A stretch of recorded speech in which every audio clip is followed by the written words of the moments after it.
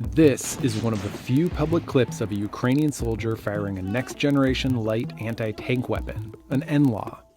And this is what it can do. It means just one Ukrainian can take out a Russian tank or armored vehicle. Thousands of NLAWs were supplied by the UK and Luxembourg, while numerous countries have sent other kinds of anti-tank weapons. We counted up all of the military aid promised Ukraine in just the first week of war. The European Union and 27 countries committed more than $1 billion worth of weapons and supplies for the fight. What could have taken months of bureaucratic approvals, political maneuvering, and logistical coordination happened in a matter of days. So why did so many countries race to arm Ukraine? What did they send? And what is it all worth? Russia invaded Ukraine on February 24th. Within 24 hours, Lithuania, Poland, France, Estonia, and the United States all announced military aid for Ukraine. Biden approved $350 million in military aid. That became the largest single transfer of arms from U.S. warehouses to another country ever. It was the start of a flood of military supplies sent to Ukraine in just the first week of war, as protests around the world called for an end to the invasion. Stop Russian aggression! And the internet erupted over claims that the U.S. offered a different kind of help to Ukrainian President Volodymyr Zelensky, the chance to be evacuated. Zelensky reportedly answered, "I need ammunition, not a ride." On February 26th, 10 more countries announced they would send aid, including Stinger missiles, helmets, machine guns, and fuel. Many shipments broke countries' long-standing traditions of not sending weapons to active war zones. Berlin reversed course to send 1,000 anti-tank weapons and 500 surface-to-air missiles. On February 27th, 6 more countries announced millions worth of military shipments, including 5,000 anti-tank weapons. By the 5th day, a Russian military convoy was headed directly towards Kyiv. For the first time in its history, the European Union financed and purchased weapons for a country outside its borders, to the tune of $505 million. Europeans saw a much bigger danger in the invasion. The target is not only Ukraine. The target is the stability in Europe and the whole of the international peace order.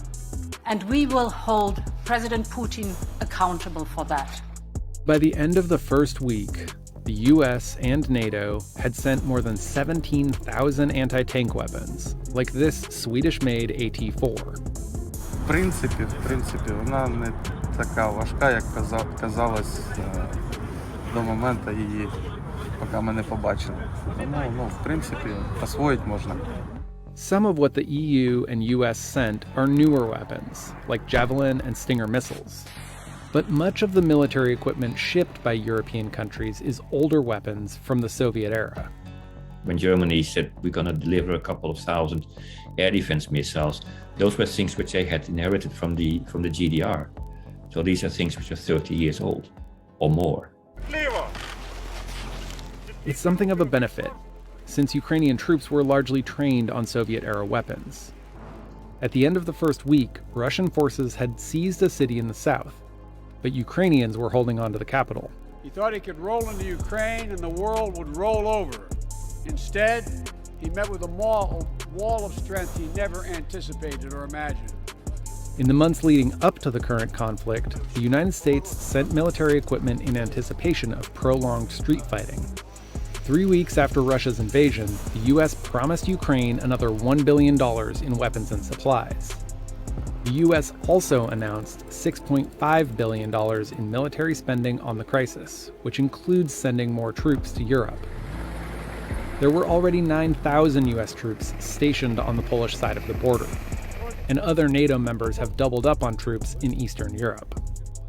It's a significant show of strength from a bloc of allies whose history helps explain how this conflict was sparked in the first place.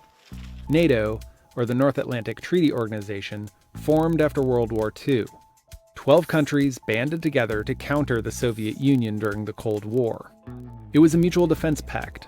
Attacking one NATO country meant attacking all of them. Ukraine isn't a part of NATO, But after the fall of the Soviet Union in 1991, it gave up thousands of nuclear weapons in exchange for a guarantee of security by the US, UK, and Russia. Starting in 1999, NATO brought in countries that had been part of the former Soviet bloc, like Poland and Hungary. The continued expansion has made Putin furious. He's made his case by claiming Western leaders promised not to expand NATO, even though there never was an agreement not to expand. Сегодня достаточно одного взгляда на карту, чтобы увидеть, как западные страны сдержали обещание не допустить продвижения НАТО на восток. Попросту обманули. Мы получили одну за другой 5 волн расширения НАТО. And back in 2008, after NATO's Secretary General promised Georgia and Ukraine that they could one day become members, Putin invaded Georgia. 6 years later, he annexed part of Ukraine and has since demanded that Ukraine be blocked from ever joining NATO. Мы четко понимаем, что при подобном сценарии уровень военных угроз для России кардинально, в разы повысится. Biden has said that the US would fight back if any NATO country was attacked, but that US troops will not enter Ukraine. So, without NATO troops or air power, can this military aid turn the tide? Ukraine's military spending was roughly 1/10 of Russia's in 2020, and their military counts 209,000 active members, less than a quarter the size of Russia's armed forces. The tank war is also uneven. That's why Javelin and NLAW missiles have become such an important part of the war. Russian tanks have serious problems dealing with these things. So you run around in Russian tank units, you will think, where are those javelins and when are they going to hit me? Ukrainians have used them to destroy numerous tanks and armored vehicles so far. But it's in the air where Russia truly dominates. Russia has more than 1,500 jets to Ukraine's 100. And that's what makes Stinger missiles so crucial.